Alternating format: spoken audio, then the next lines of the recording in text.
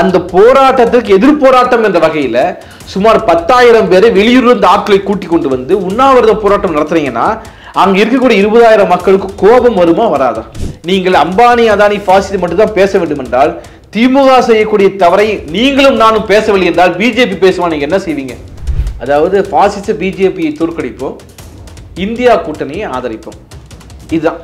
இப்போ முதல்ல இந்தியா கூட்டணிக்கு என்ன கொள்கை, என்ன கோட்பாடு? ஜிஎஸ்டி ரத்து பண்ணுவாங்களா, நீட்டை ரத்து பண்ணுவாங்களா மாட்டாங்களா, 370 திருப்பி கொடுப்பாங்களா மாட்டாங்களா? பதில் சொல்லுங்க. இதுக்கு எந்த பதிலும் நான் சொல்ல மாட்டோம். பிஜேபி மோடி மீண்டும் வரணுமா வரக்கூடாதா?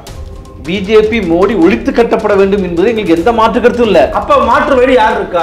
மாற்று வழி என்ன? மாற்று வழியை பத்தி நீங்க சொல்லுங்க. மாற்று வழியை பத்தியே நீங்க சொல்லாம காங்கிரஸுக்கு ஓட்டு போட்டுன்னு பேசுறது அயோக்கியத்தனம் நான் சொல்றேன். கட்சிக்காரங்களே இதுக்கு என்ன எழுதுறாங்க, திமுக கார்பரேட் கரசேவை எழுதுறாங்களா, நீ அங்க போய் சொல்லுவீங்களா? இப்ப சொல்ல முடியாது. அப்பவும் கட்சியை காப்பாற்றி வைப்பதற்கு அவங்களை நீ ஏமாத்தணும். ஆனா மற்ற கட்சிக்காரங்களை ஏமாற்றுறதுக்கு ஒரு பெரிய ரவுடியை போல இவர்கள் மிரட்டி கொண்டிருக்கிறாங்க. மணியை பற்றி மூத்த பத்திரிகைகளை மணியை பற்றி நான் கிளி தெரிகிறோம், அவர் அதை பண்ற இதை பண்றேன்னு சொல்லி போய் போட்டிருக்காங்களா? நீ சம்பந்தப்பட்ட ஒரு மணியை பற்றி அவரை கிழிச்சிருச்சு நீங்க போயிடலாம். ஆனா மணியை போன்ற கருத்து வைத்திருவர்கள் லட்சக்கணக்கான பேர் இருப்பாங்க. நாங்கள் ஊழல் செய்வோம் என்று பேசுவீர்களா? இந்த ஸ்டெர்லைட்டை நாங்கள் திறப்போம் என்று பேசுவீர்களா? இல்லை காட்டுப்பள்ளி துறைமுகம் திறப்போம் என்று பேசுவீர்கள். என்ன சொல்லி பேசுவீர்கள்? இந்த திமுக ஜால்ரா போடுகின்றவர்களுக்கு தேவையில்லை. நான் மீண்டும் ஒன்று சொல்லுவேன், திமுக கட்சிக்காரனை நம்பி நீங்க ஆட்சி நடத்துறீங்கன்னா 4 ஓட்டாது வரும். இப்ப ஆணைமுத்து என்று ஒரு ஆமா, அவர் முக்கியமான பணி என்ன செஞ்சாரு? மண்டல் கமிஷன் தேவை என்ன என்பதை வட இந்தியாவுக்கு கொண்டு போனார். பெரியாருடைய தேவை வட இந்தியாவுக்கு கொண்டு போனார். அவரை நம்ம எவ்வளவு மதிக்கிறோம். அப்படி ஏதாவது நீங்க பாசிசத்தை ஏன் ஒழிக்கணுங்கிறத பத்தி ஒரு 4 பேருக்கு அங்க போய் பொதுக்கூட்டம் மாநாடு போய் நடத்தினா பயனா இருக்கு. ஏன்னா தமிழ்நாட்டை நீங்க புதுசா சனாதனத்தை ஏன் ஒழிக்கணும் செய்யணுங்கிறது தேவைதான். அதை விட அங்க அதிகமா தேவை. நீங்க அங்க போய் பேசலாம்ல. அதுலதான் ஒரு சந்தேகம். அது அங்க இருக்கக்கூடிய மக்களுடைய மனநிலையாகவும் அவங்க இந்துக்கள் அப்புறம் கடவுள் இப்படின்ற சிந்தனை இருக்கிறதுனாலன்னா காங்கிரஸும் அந்த சாஃப்ட் அப்படி நீங்க நினைச்சிட்டு இருக்கிறீங்க இல்லையா, அது தப்புன்னு சொல்றேன். அதான் இப்ப அடுத்து நீங்க கேட்காம அந்த கேள்விக்கு நான் பதில் சொல்ல வரேன். அப்படி இல்ல, இந்தியா முழுக்க மோடிக்கு எதிர்ப்பான அலை வீசிக்கொண்டிருக்கிறது. 4 பேர் பாராளுமன்றத்தில் உள்ள போய் அந்த புகையை போட்டாங்களே, யார் அவங்க? பயங்கரவாதிகளா கிடையாது. அந்த மோடியோட அந்த அரசவைக்குள்ளார போய் புகையை வீசி முழக்கம் போறாங்க எவ்வளவு தில்லான மனிதர்கள் அவர்கள்லாம். அந்த போராட்டத்துக்கு முகம் கொடுக்க முடியாம காங்கிரஸ் கட்சி அவர்கள்லாம் பயங்கரவாதின்னு சொல்லியிருப்பாங்க. கோபாலபுரத்து நாயகனே என்று நான் பேசுவதை நாயே வரைக்கும் கட் பண்ணிட்டு அதை மட்டும் போட்டு கோபாலபுரத்து நாய் என்று கோவனை சொல்லிவிட்டார். இவருக்கு சாதி திமிர் என்று அம்பலப்பட்டு போய் அம்மனமாகி போய் இருக்கிற தங்களை காப்பாற்றிக் கொள்வதற்கு சாதியை கையில் எடுப்பார்கள். இப்படிப்பட்டவர்கள் இப்ப சுப்புலட்சுமி ஜெகதீசன் விஷயத்தை பொறுத்த வரைக்கும் அவர் ஏன் தோற்கடிக்கப்பட்டார்? திமுக கட்சிக்குள்ளாரையே RSS அழகாக ஒரு வேலையை செய்து அவங்க தோற்கடிக்க வைக்கிறாங்க. கட்சிக்குள்ளாரையே இந்த சாலை ஓரத்துல மணல்ல பாதிக்கப்பட்டவர் இருப்பார். திடீர்னு வேகமா அவர் சாலையில அந்த போக்குவரத்து சரி பண்ணுவார். பார்த்துருக்கீங்களா? ஏய் போடா வாடான்னு. அவருக்கு என்னன்னா உலகமே தான் இந்த உலகத்தை சுமப்பதாக அவர் கருத்து. திட்டுவார், ஏய் ஒழுங்கா வண்டி ஆஃப் பண்ணி பேசுவார். அந்த பொறுப்பை தற்பொழுது மருதையன் போன்ற நபர்கள் எடுத்துக்கொண்டார்கள். ஒரு அமைப்பை உடைத்து விட்டு பிளவுபடுத்தி போகும்போது நீங்க நேர்மையற்றவர்கள் என்று நீங்க சொன்னீங்க. அப்ப நேர்மை என்பது மிக முக்கியமான வாதம் இல்லையா? ஆனால் பாசிச எதிர்ப்புக்கு நேர்மை அவசியம் இல்லைன்னு சொல்றாரு. எவ்வளவு அயோக்கியத்தனம்! பாசிச எதிர்ப்பு என்ற பெயரில் ஜனநாயக கருத்துக்களை ஒழித்து கட்டிக்கின்ற வேலை எல்லாத்தையும் நீங்க ஒழிச்சு கட்டிட்டு திமுக மட்டும் வச்சுட்டு என்ன செய்ய போறீங்க? அடுத்து நீங்க சொல்லுங்க. இருப்பதை வைத்துக் கொண்டு என்ன செய்யலாம் என்பதை பற்றி பேசினால் சமூக மாற்றத்தை யோசிக்கவே முடியாது.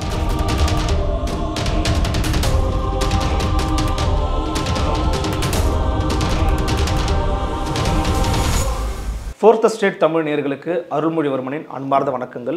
இன்று நமது பெரிதும் பெரிதுகள் நிகழ்ச்சியில் நம்மோடு இணைந்திருக்கிறார் மக்கள் அதிகாரம் அமைப்பினுடைய செய்தி தொடர்பாளர் மரியாதைக்குரிய தோழர் மருது அவர்கள். வணக்கம். வணக்கம் தோழர், எப்படி இருக்கீங்க? நலமா இருக்கிறது. மிக்க மகிழ்ச்சி. உங்கள் சந்திச்சதில் சமீபத்தில் நடந்து கொண்டிருக்கக்கூடிய பல நிகழ்வுகளை நீங்கள் பார்த்துருப்பீங்க. தொடர்ந்து மோடி பாசிச எதிர்ப்பு, மோடி அரசினுடைய இந்த பாஜக இந்துத்துவ எதிர்ப்பு அப்படிங்கிறது ரொம்ப தீவிரமாக இயங்கிட்டு வரீங்க. அதே போல் ஊழல் விவகாரங்கள் குறித்தும் சமீப காலங்களில் இந்தியா மற்றும் தமிழ்நாடு அளவில் நிறைய பேசுகள் உருவாகிட்டு இருக்கிறத நீங்கள் பார்த்துருப்பீங்க. துவக்க கேள்வி அப்படிங்கிறதே ஊழல் எதிர்ப்பை பற்றி இப்போது பேசுவது அப்படிங்கிறது முக்கியமாக, ஃபாசிச எதிர்ப்பை பேசுவது அப்படிங்கிறது முக்கியமாக? இந்த ரெண்டுத்தில் எது முக்கியம்? ரெண்டுமே வெவ்வேறா இல்லை ஒரு விஷயமா? இதை நீங்கள் விளக்குனீங்கன்னா நல்லாயிருக்கும். கண்டிப்பாக தோழர். ஏன்னா இப்போ பல இடங்களில் இது ஒரு விவாத பொருளாக மாற்றப்படுகிறது. ஊழலை பற்றி பேசக்கூடாது, பேசுபவர்கள் எல்லாம் பாசிசத்துக்கு ஆதரவானவர்கள் அப்படிங்கிற ஒரு கருத்து திட்டமிட்டு பேசக்கூடாது. முதல்ல பாசிசம்னா என்ன அப்படிங்கிறத பற்றி 1935 ஒரு மகா நாட்டில் தோழர் டிமிட்ரோ பேசிய அந்த கொட்டேஷனோட தொடங்கலாம். தாராளமா. நிதி மூலதனத்தின் ஆக மிக படு மோசமான பிற்போக்கான ஆக அதிகமான ஆதிக்க இனவெறி கொண்ட ஆக படு மோசமான ஏகாதிபத்திய நபர்களின் பகிரங்கமான பயங்கர தன்மை கொண்ட சர்வாதிகாரமாகும். டிமிட்ரோ வரையறுத்தது. இதை யாரும் மறுக்க போறதுன்னு நினைக்கிறேன். முதல்ல இந்த பாசிசம் என்பது இது முதலாளித்துவத்துடைய ஒரு பிள்ளைதான். ஆனாலும் நிதி மூலதன கும்பல்களுடைய ஒரு சிறிய ஒரு பிரிவு மற்ற அந்த நிதி மூலதனத்தின் மற்ற பிரிவுகளுக்கு எதிராகவே செயல்படக்கூடியதுதான். அப்ப இந்த விஷயத்தை எப்படி எதிர்க்கிறது அப்படின்னு பார்த்தோம் அப்படின்னா, நாம் இங்கிருந்து ஒரு விஷயத்தை பார்ப்பது எப்படி எதிர்க்கிறது அப்படின்னு பார்க்கும்போது, மக்கள் மத்தியில் எந்த அளவுக்கு பாசிச எதிர்ப்பு மக்கள் முன்னணியை கட்ட முடியும், எந்த அளவுக்கு இந்த பாசிசத்துக்கு எதிரான மக்கள் படையை மக்கள் மத்தியில கட்டும்போது தான் வீழ்த்த முடியும் என்பதுதான் பிரெஞ்சு நாட்டில் பிரான்ஸ் நாட்டில் நமக்கு கிடைத்த ஒரு மிகப்பெரிய அனுபவம். மற்ற பல நாடுகளில், ஜெர்மனியை சுற்றி இருக்கிற பல நாடுகளில் இந்த பாசிஸ்டில் ஆட்சி பிடித்த போது கூட பிரான்ஸ் அப்படி ஏன் செய்ய முடியவில்லை என்பதை பற்றி நமக்கு பல்வேறு அனுபவங்கள் இருக்கின்றன. அதில் அந்த மக்கள் மத்தியில் அந்த பிரெஞ்சு கம்யூனிஸ்ட் கட்சி உட்பட அந்த தேசிய கட்சிகள் உட்பட ஒருங்கிணைந்து பாசிசம் வரக்கூடாது என்பதற்காக மிகப்பெரிய அளவில் அவர்கள் மக்கள் போராட்டங்களையும் மக்கள் மத்தியில் அதற்கான அமைப்புகளை கட்டும் பொழுது தான் இந்த பாசிசம் வர முடியாதுங்கிறத பற்றி பொதுவான புரிதல் எல்லோருக்கும் இருக்குது. ஓகே. ஆனால் இந்தியாவை பற்றி பேசும்போது இந்தியாவில் கம்யூனிஸ்ட் கட்சியே இல்லையேங்க, நூற்றுக்கணக்கான பிரிவாக இருக்குதுங்க, அதுக்காக இப்போ என்னங்க செய்ய முடியும், சரி காங்கிரஸ் காலையும் திமுக காலையும் விழுந்துடலாம் என்று பல முன்னாள் புரட்சியாளர்கள் பேசி கொண்டு இருப்பது இருக்குது. அவர்கள் தான் இப்போ ஒரு புது விஷயத்தை என்ன கிளப்பியிருக்கிறாங்கன்னு பார்த்தோம்னா, ஊழலின்மை நேர்மை, அவர் சொன்ன அதே வார்த்தையில் சொல்லிடுறாரு, ஊழலின்மை நேர்மை ஒழுக்கம் பற்றி பேசக்கூடாது. அப்போ பாசிசத்துக்கு எதிராக பேசுகின்ற இடங்களில் ஊழலின்மை நேர்மை ஒழுக்கம் ஆகியவற்றை வைப்பது என்பது பாசிசத்துக்கு ஆதரவான விஷயம். அதாவது வெளிப்படையா மோடிக்கு ஆதரவான, மோடி எல்லாருமே இருக்கிறாங்க, மோடிக்கு ஆதரவானவர்கள் அப்படின்னு ஒரு கருத்தை முன்வைக்கிறாங்க. இப்போ நான் என்ன கேட்குறேன்னா, இப்போ 2024 தேர்தலில் மு.க. ஸ்டாலின் இப்போ மருதையன் அவர்கள் சொல்வதை போல நாங்கள் ஊழல் செய்வோம், நேர்மையற்றவர்களாக இருப்போம், ஒழுக்கமற்றவர்களாக இருப்போம் என்று போய் ஓட்டு கேட்க முடியுமா? யாருமே போய் ஓட்டு கேட்க முடியாதுல்ல. இப்போ எனக்கு தெரிஞ்சு நீங்களும் நானும் திமுக அதிமுக ஒன்று என்று சொல்ல போவதில்லை, காங்கிரஸ் பிஜேபி ஒன்று என்று சொல்ல போவதில்லை. அவர்கள் கொள்கை அளவில் பிஜேபி ஒரு பாசிச கட்சி, காங்கிரஸ்னு பாசிச கட்சி ஆகலன்னு தான் நம்ம இப்போதைக்கு சொல்ல போகிறோம். ஆனால் திமுக செய்யக்கூடிய தவறுகளை பற்றி, ஊழல்களை பற்றி, அராஜகங்களை பற்றி விமர்சிக்கக்கூடிய நபர்களை எல்லாம் நீங்கள் பிஜேபியின் பக்கம் சேர்ப்பதன் மூலமாக நீங்கள் யாருக்கு சேவை செய்கிறீர்கள் அப்படின்னு பார்த்தோம்னா, திமுகவுக்கு நீங்கள் சேவை செய்யலைங்கிறது மட்டும் உறுதி. யாருக்கு சேவை செய்கிறீங்கன்னா நீங்கள் பிஜேபிக்கு தான் சேவை செய்கிறீங்க. எப்படி எதிர்க்கிறாங்களே அவங்க தான். ஆனால் அதான் சொல்ல வரேன், நாம் அதாவது நம்மை போன்ற நபர்கள்லாம் என்ன செய்கிறோம்னா, பிஜேபி ஒரு பாசிச கட்சி, அவன் ஒழித்து கட்டப்பட வேண்டிய கட்சியில் மாற்று கருத்து இல்லை. காங்கிரஸ் ஆகட்டும் மற்ற கட்சிகள் செய்யக்கூடிய தவறுகளை சுட்டி காட்டுறோம். இது காங்கிரஸ் பாசிச கட்சினோ திமுக பாசிச கட்சினோ நம்ம வரையறுக்கல. அப்போ தவறுகளை பற்றி சுட்டி காட்டக்கூடாது என்று நாம் சொல்பவர்களை எல்லாம் ஒழித்து கட்டுவதன் மூலம் என்ன நடக்க போகுது அப்படின்னா, மக்கள் மத்தியில் இந்த திமுக மட்டும் காங்கிரஸுக்கு இருக்கின்ற நல்ல கொஞ்சம் நஞ்ச நல்ல பேரும் அழிந்து போகும். எப்படின்னு நான் சொல்ல வரேன். இப்போ செய்யார் சிப்காட் விவகாரம் எடுத்துக்கோங்க. செய்யார் சிப்காட் விவகாரத்தில் நான் உட்பட நம்ம தோழர்கள் வழக்கறிஞர்கள் நேரடியாக அங்கே களத்தில் இருந்து ஒரு 7 நாட்கள் அங்கேயே தங்கியிருந்து நாங்கள் ஆய்வு செய்தோம். அங்கே ஆய்வு செய்யும் போது ஆர்எஸ்எஸ் என்ன கருத்து உருவாக்கி வச்சிருக்காங்க உங்களுக்கு தெரியுமா? எங்களுக்கு தெரியும். என்ன கருத்து உருவாக்கி வச்சிருக்காங்க? வன்னியர் பெல்ட்டை ஒழிக்கிறதுக்காகவே ஏவா வேலை செய்கிறார் என்ற ஒரு கருத்து உருவாக்கி வச்சிருக்கிறாங்க. ஒன்று, இந்த விஷயம்லாம் உளவுத்துறை மூலமாக திமுக அதுக்கு போகுதா போகலையா நமக்கு தெரியாது. ஆனால் இந்த கருத்தை சொன்னவர் யாருன்னா, கிட்டத்தட்ட 50 ஆண்டு காலம் திமுகவில் இருந்த ஒரு நபர் சொல்கிறார். இது நினச்சி பார்க்க முடியுதா? இப்போ திமுகவில் இருந்த நபர்களே வன்னியர் பெல்ட்டை ஒழிக்கிறதுக்காக ஏவாவலி சதி செய்கிறார்னு சொல்கிறார். நாம் என்ன சொல்றோம், கார்பரேட்டுக்கு அவர் வேலை செய்கிறார், மாற்று கருத்து இல்லை. ஆனால் ஆர்எஸ்எஸும் பாஜகவும் எப்படிப்பட்ட ஒரு கருத்தை உருவாக்கி வைக்கிறது? எப்போவே இப்படிப்பட்ட கருத்து உருவாக்கி வைப்பாங்க. அதுக்கு விதை போட்டது யார், நீங்களா நானா என்கிறத பற்றி பேசணும். சரி, மக்கள் எதிர்ப்பு தெரிவிக்கிறாங்க, அதை விட்டுட்டு போக வேண்டியதானே? இவங்க என்ன குடிமூழ்கி போயிடுமா? அந்த போராட்டத்திற்கு எதிர்போராட்டம் என்ற வகையில் சுமார் 10,000 பேரை வெளியூர்லேருந்து ஆட்களை கூட்டி கொண்டு வந்து உண்ணாவிரத போராட்டம் நடத்துறீங்கன்னா, அங்கே இருக்கக்கூடிய 20,000 மக்களுக்கு கோபம் வருமா வராதா? அங்கே இருக்கிற மக்கள் பெரும்பாலுமே வன்னியர் சாதியை சேர்ந்தவர்களாக இருக்கிறார்கள், தாழ்த்தப்பட்ட மக்களும் இருக்கு, மற்ற சாதியிலும் இருக்கிறார்கள். ஆனால் போராட்டக்குழு எல்லா சாதியிலும் ஒற்றுமையாக இருக்கிறார்கள். நான் பிரமித்து போன விஷயம் என்னன்னா, சாதி வெறியை உருவாக்குவதற்கு வெளியிருந்து பல சக்திகள் முயற்சி செய்த போது கூட அந்த மேல்மா சிப்காட் எதிர்ப்பு குழுவினர் அந்த விஷயத்துக்குள்ளே போகும் எல்லா சாதி மக்களையும் ஒருங்கிணைத்து இப்படி வேலைகளை கொண்டு செல்வதுன்னு யோசிக்கிறாங்க. இப்போ இவர்களுக்கு எதிராக தான் நீ போராட்டம். இப்போ இந்த ஒற்றுமையாக இருப்பது ஆர்எஸ்எஸ் பிஜேபிக்கு எதிர்ப்பான ஒரு விஷயம் தானே. இந்த மக்களை ஒழித்து கட்டுகின்ற வேலையை செய்தது திமுக தான் செய்யுது. அப்போ உங்களுக்கு எதிரான ஓட்டு தானே போகும். அப்போ இந்த இடத்துல இப்போ மருதின் போன்றவர்கள் மற்றவர்கள் யாரும் வாய் திறந்து பேசுவதில்லை. பேசாமல் இருப்பதன் மூலமாக அந்த மக்களுடைய ஆதரவை நீங்கள் இழக்கிறீங்களா இல்லையா? அப்போ அந்த மக்களிடம் தவறான கருத்துக்களை RSS பாஜகவும் உருவாக்கும் பொழுது நீங்கள் வாயை மூடிக்கொண்டு அமைதியாக இருக்க முடியும். அப்போ இந்த இடத்துல நான் என்ன சொல்கிறேன்னா, திமுக தப்பு செஞ்சிருச்சுன்னு நான் சொல்கிறேன். அப்போ நீங்கள் என்ன சொல்கிறீங்கன்னா, திமுக தப்பை பற்றி இப்போ பேசுகிறவள நீ பிஜேபியோட ஆள் என்று மருதின் உட்பட இந்த முற்போக்கு என்று பேசக்கூடிய பல மீடியாக்காரர்கள் சொல்கிறார்கள். சொல்ல போனால் நான் யார் பிரதிநிதியாக பேசுகிறேன்? அங்கே இருக்கக்கூடிய 20,000 மக்கள் பிரதிநிதியாக பேசுகிறேன். அப்போ அந்த மக்கள் பாதிப்பின் போது நீங்கள் வாயை மூடிக்கொண்டு இருந்து விட்டு அந்த மக்களுக்கு ஆதரவாக நான் பேசும் பொழுது, நீ பிஜேபிக்கு ஆதரவான என்று பேசும் பொழுது, இப்போ உங்களுக்கு ஓட்டு திமுகவுக்கு உங்களை நம்பி யார் போட போகிறாங்க? இதை பார்க்குறவர்கள் திமுகவுக்கு யார் ஓட்டு போடுவாங்க? ஏன்னா அவ்வளோ கொடூரமாக நீங்கள் உங்களுடைய செயல்பாடு இருந்துச்சு. நான் நேரடியாக பார்க்குறேன்.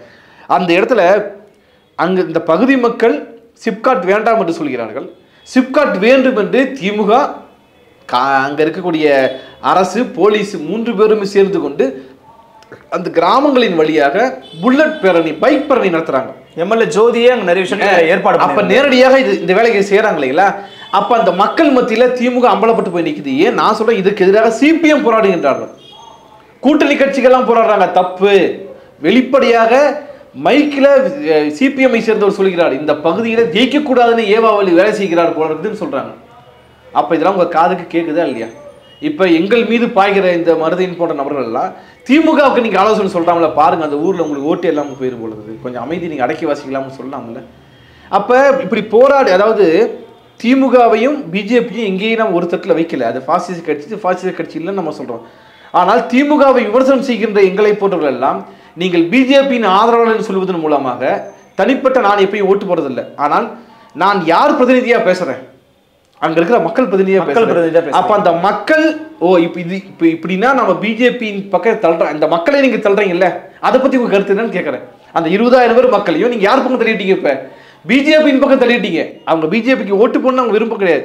ஆனால் அந்த மக்களை பிஜேபியின் பக்கம் தள்ளுகின்ற வேலையை திமுக செய்யவில்லை. இன்றைக்கு திமுக அங்க இருக்கக்கூடிய கட்சி நடவடிக்கை செய்து, இன்னொன்று திமுகவுக்கு ஜால்ரா போடுகின்றவர்கள் நடைமுறைப்படுத்துறாங்கன்னு சொல்றேன். இப்ப நீங்க சொல்லுங்க, பாசிசத்துக்கு ஆதரவாக செயல்படுவது அவங்களா இல்ல திமுகவை விமர்சனம் செய்கின்றவர்களா?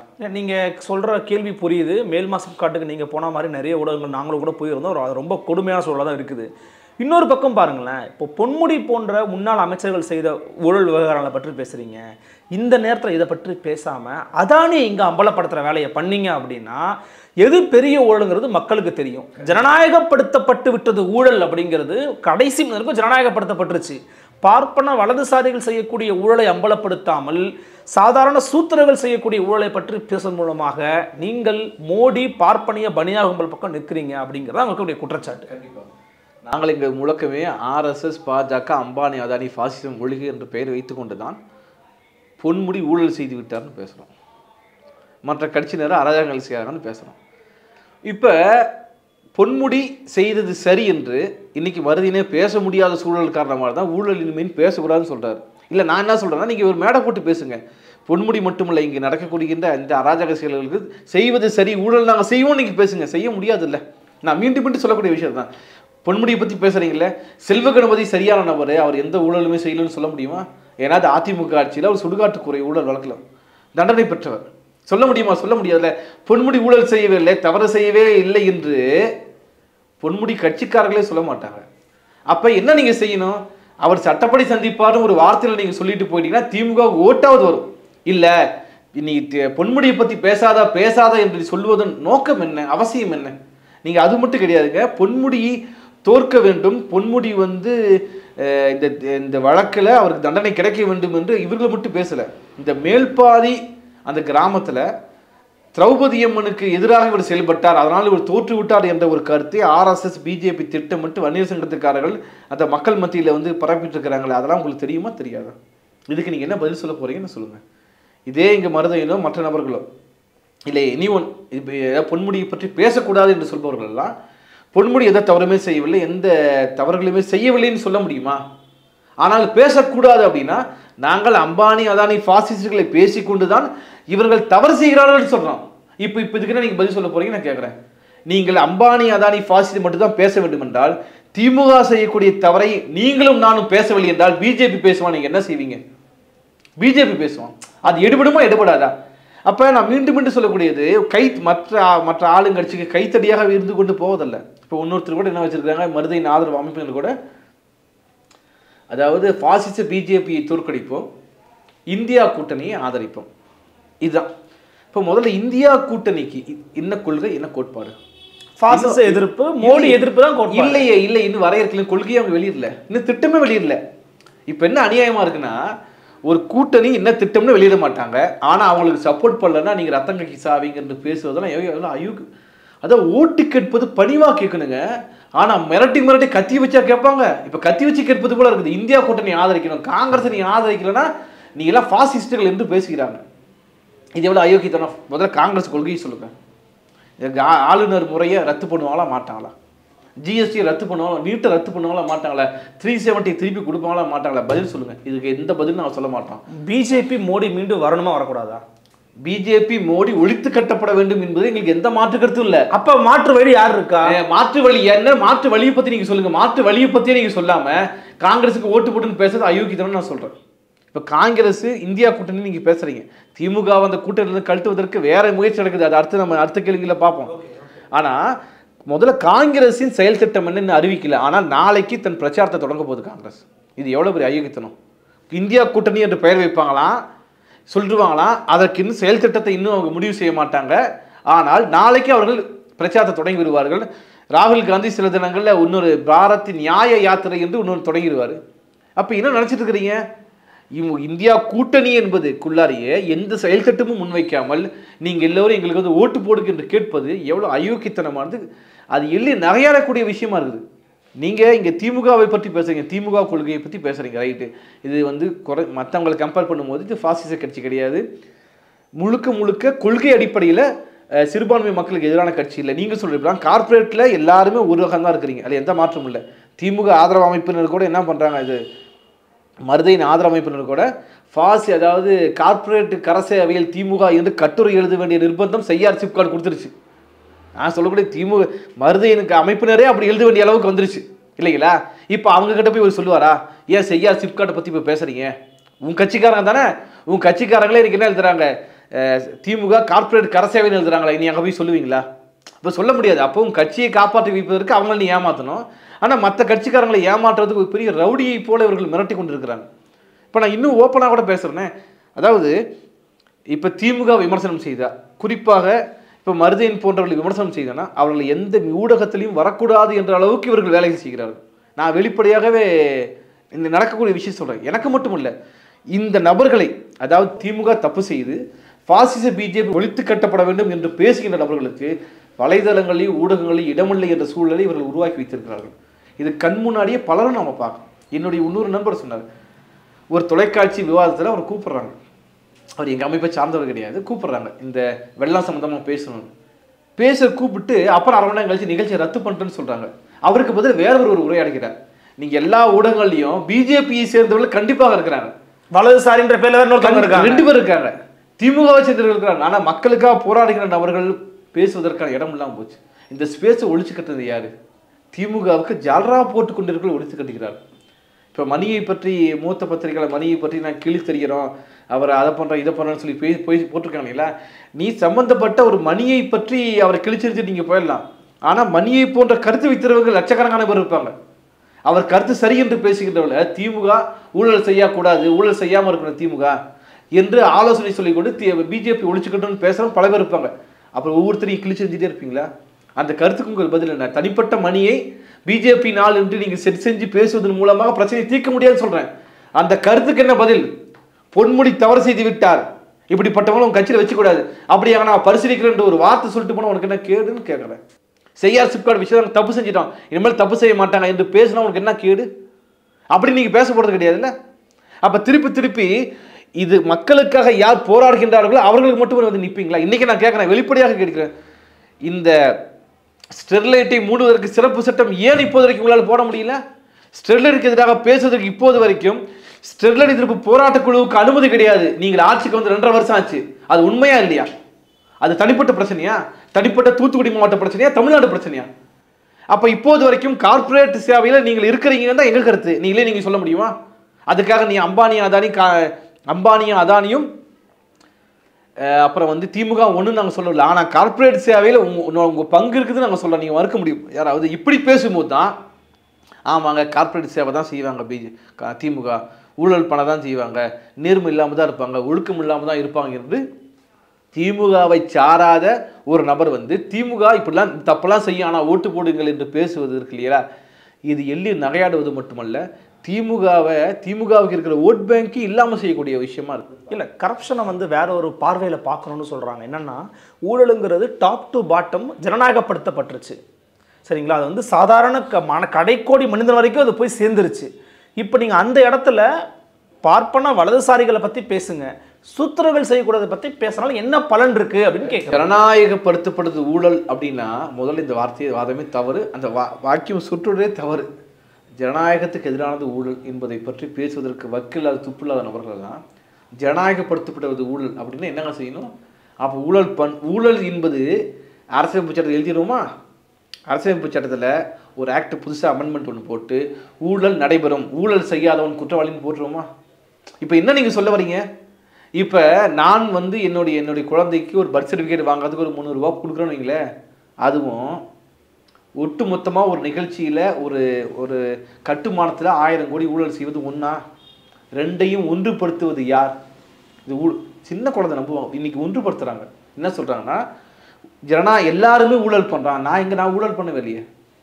இந்த நாட்டின் கடைக்கோடி மக்கள் ஊழல் பண்ணல, 50 ரூபா கொடுத்தா தான் சர்டிஃபிகேட் கொடுப்பாங்கிறான், அதனால 50 ரூபா 500 ரூபா கொடுத்துட்டு வராரு. அவர் செய்கிற ஊழலும் அம்பானி செய்கிற ஊழலும் இல்லை திமுக கட்சியில் இருக்கக்கூடிய சில நபர்கள் செய்யக்கூடிய ஊழலும் ஒன்றா? அதிமுக கட்சியில் TM செல்வகணபதி இருந்து செஞ்சாரு, அதுவும் ஒன்றா? KSSR வந்து ஊழல் வழக்கில் இன்னைக்கு இருக்கிறாரு, அதுவும் ஒன்றா? நேரு மேலே வழக்கு போடப்பட்டிருக்கு, அதுவும் ஒன்றா? அப்புறம் வந்து துரைமுருகன் மேலே ஊழல் போடப்பட்டிருக்கு, ஒன்றா? எப்படி மலினப்படுத்துகிறார்கள் இந்த நாட்டின் உழைக்கும் மக்களை எப்படி வேணா கேவலப்படுத்தலாம் என்பதுதான் இங்கே இருக்குதுன்னு சொல்லுவேன். நான் வந்து ஒரு வேலை செய்யறதுக்காக பட்டா மாறுதலுக்காக போறேன்னு வச்சுக்கோங்களேன், எனக்கு 5000 ரூபாய் பணம் கொடுத்தா தான் பட்டா மாறுதல் செய்யக்கூடிய அளவில் இந்த ஜனநாயகம் கேவலமாக இருக்கிறது. அதை பற்றி பேசுறதுக்கு வக்கு துப்பு இல்லாமல் நான் லஞ்சம் கொடுப்பதையும் இவர்கள் செய்ய வேண்டிய வேலையை ஒழுங்காக செய்யாமல் இருப்பதற்கு ஊழல் பெறுவதையும் சமன்படுத்துகின்றவது அயோக்கியத்தனமானவர்கள் சொல்ல வரேன். இது எவ்வளோ மோசமான ஜனநாயகத்துக்கு எதிரானது ஊழல் ஜனநாயக கூடுகள்ல ஒன்றா?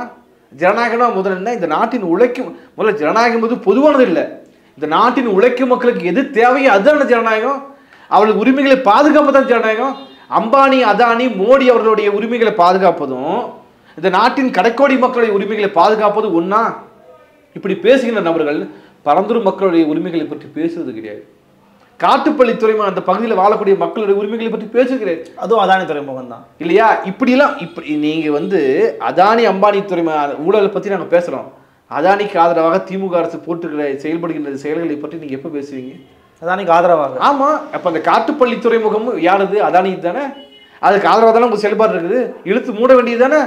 இந்த வேதாந்தாவை பற்றி பக்கமா பேசுவீங்க, வேதாந்தாவுக்கு ஆதரவாக இந்த திமுக அரசு இன்றைக்கு வரைக்கும் வேதாந்தாவுக்கு எதிர்ப்பாக பேசுவதற்கு அனுமதி கொடுக்காம இருக்குது, அதை பற்றி எப்போ பேசுவீங்க? அப்படி பேசும்போது ஃபாசிசம் என்பது வேறு. ஆமாம், ஃபாசிசம் என்பது வேறு தான். நான் கேட்குறேன், வெளிப்படையாக கேட்கிறேன், நீங்கள் நாளைக்கு 2024 தேர்தலை ஒட்டி தேர்தல் பிரச்சாரத்துக்கு போகும்போது என்ன சொல்லி கேட்பீர்கள் ஓட்டு மக்கள் இடத்துல? ஃபாசிசம் என்று சொன்னால் மக்களுக்கு புரிய போவதில்லை.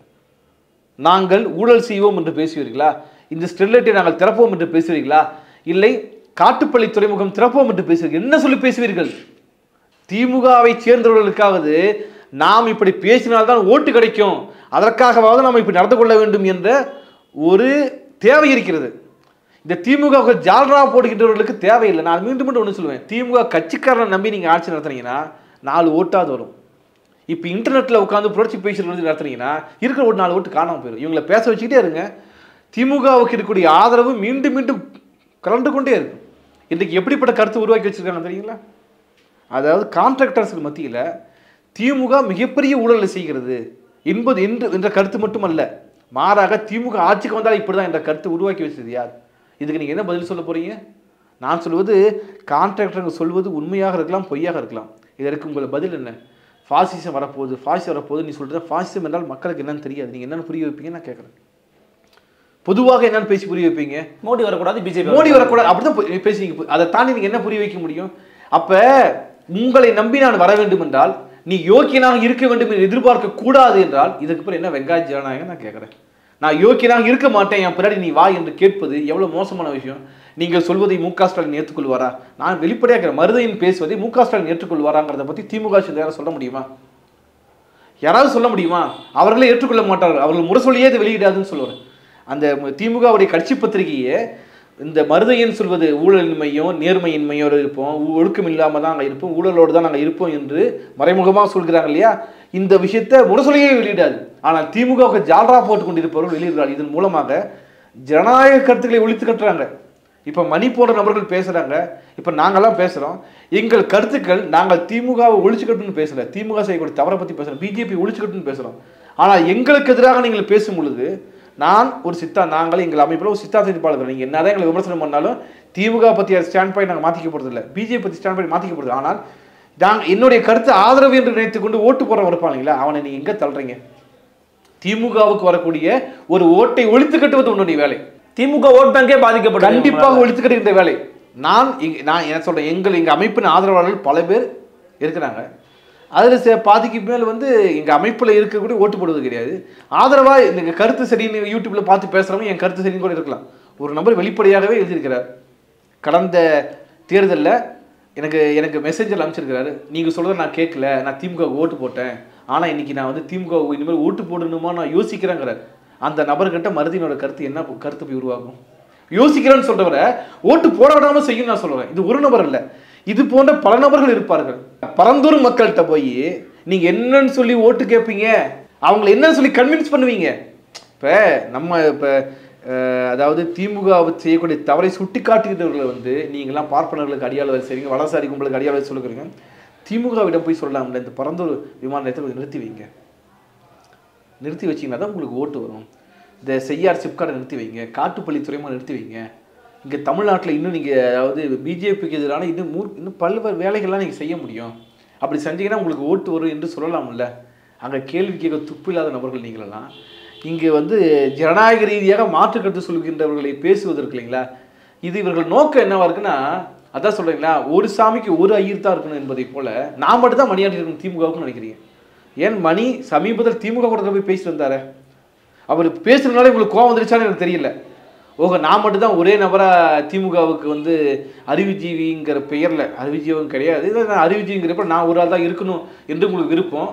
இப்போ மணி போன்ற நபர்கள்லாம் விமர்சனம் பண்ணிக்கிட்டே ஆதரவு தெரிவிக்கிறாங்களே என்ற கோபமாக கூட இருக்கலாம். நமக்கு அந்த கூட்டத்திலே கூட ஒரு சில விமர்சனங்களை தான் வச்சுதான் பேசியிருந்தாரு. அதை திமுகவினரே ஏற்றுக்கொள்ளும் போது உனக்கு என்ன கேடு, உங்களுக்கு என்ன கேடு? திமுக உறுப்பினரும் கிடையாது, அப்போ உங்களுக்குலாம் என்ன கேடு?